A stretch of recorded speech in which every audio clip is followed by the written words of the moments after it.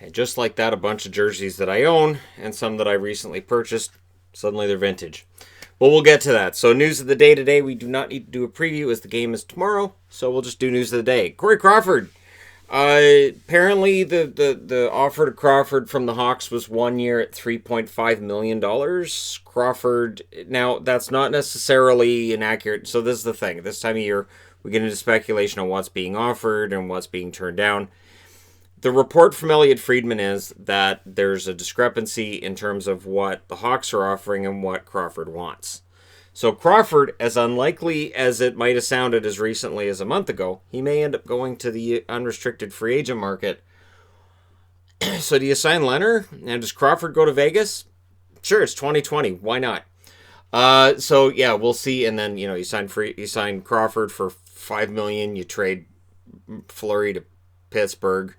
And then you, as a restricted free agent, Malcolm Subban's out there, so you bring Subban over to Vegas. Problem solved. All right. So we'll see how that goes. And then there's a report out there that Henrik Lundqvist reportedly said goodbye to his teammates after the Canes won that series and the Rangers were eliminated. This doesn't really surprise me. We talked about it all during the season and how the Rangers were showing more faith in Georgiev. And definitely a lot of faith in Shesterkin once he was called up. And you don't have a 3-goalie rotation. That generally doesn't work. So Lundqvist is betting on them either trying to move him or on buying him out. And, the rumors have been since the Rangers got eliminated that a buyout's coming. We will start seeing buyouts once the Stanley Cup's been awarded and once we've gone through the draft. We'll see them probably just before the draft too. And there could be a lot of buyouts. And another rumor that's out there as well is that a lot of restricted free agents who, in order to have their rights held by the team that owns those rights, they have to be offered a certain amount of money, the qualifying offer, and that a lot of players are not going to get qualifying offers. From the Vancouver Canucks perspective, Troy Stetcher's one that I don't think gets a qualifying offer. So we'll see. We'll see what happens with the New York Rangers and Lundqvist, and then we'll see what happens with the qualifying offers and all the restricted free agents as well. Because keep in mind, if they're not restricted, then they become unrestricted free agents, and then October 9th becomes completely crazy, and that may very well be where we're headed anyways. Islanders news. So Casey Cizikas, it's come out that on Monday he had surgery to repair a detached retina. That sounds very painful. And so hopefully he has a speedy recovery from that, as well as Pelech, who didn't play last night.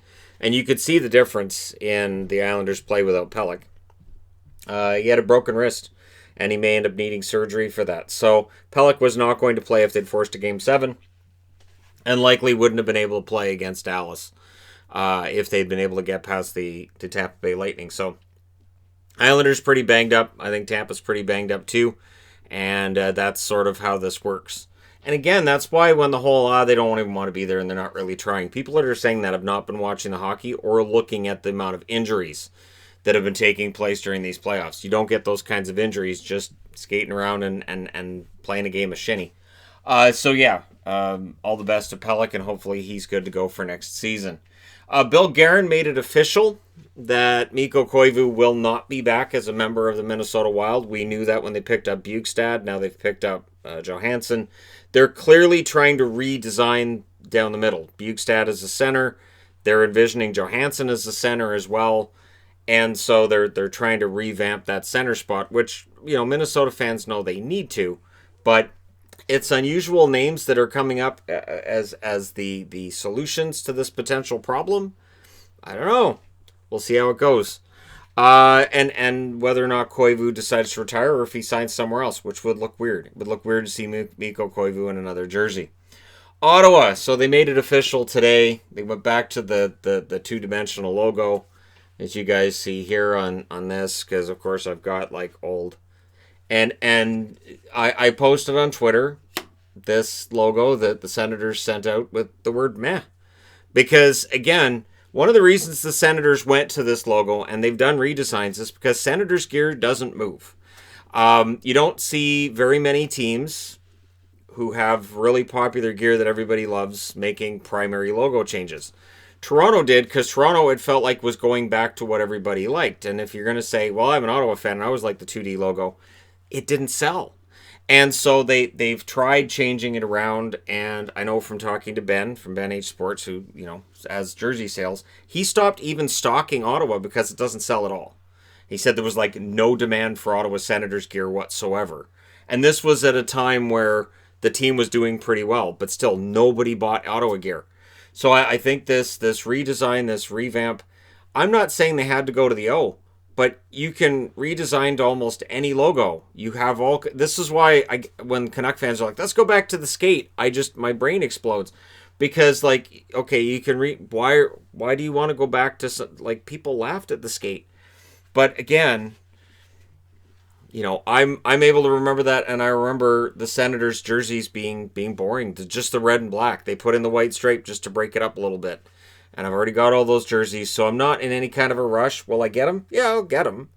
But as I said on Twitter, that's a pretty low bar to clear.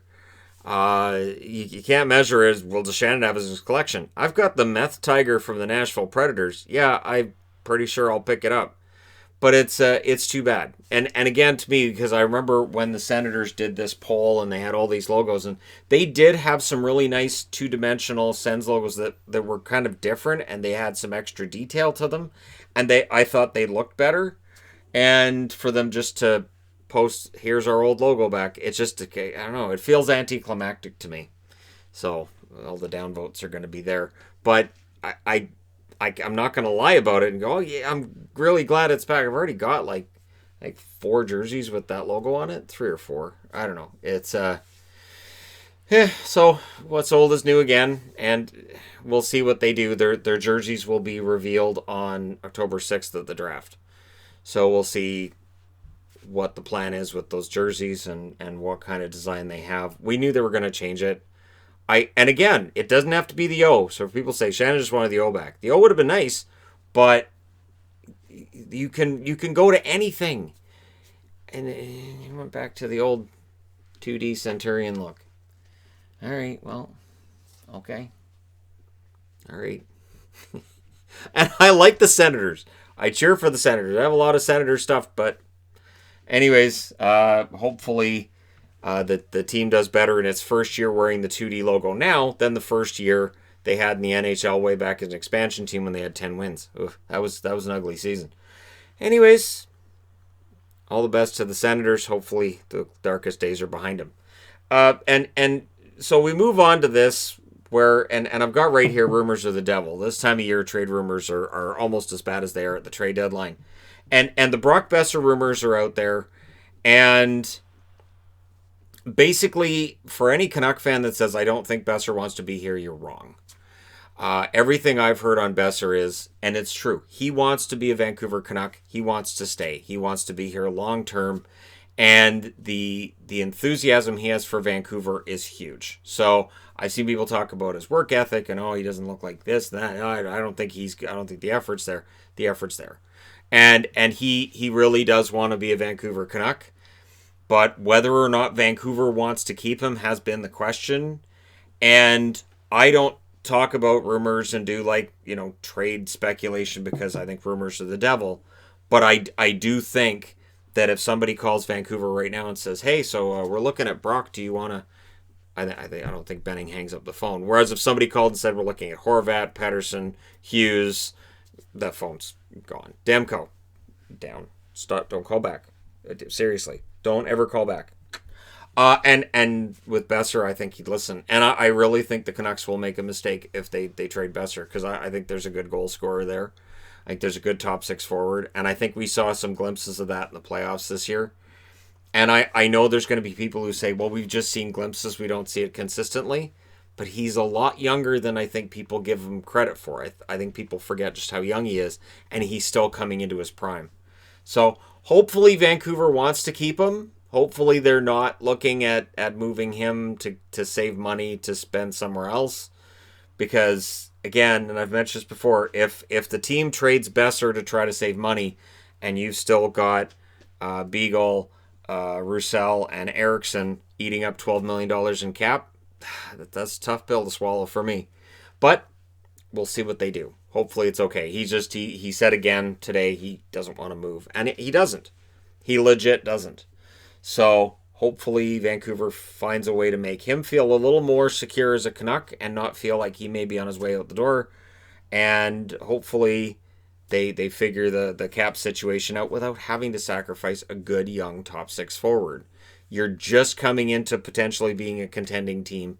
You're just starting to figure you're going to trade a young top six forward.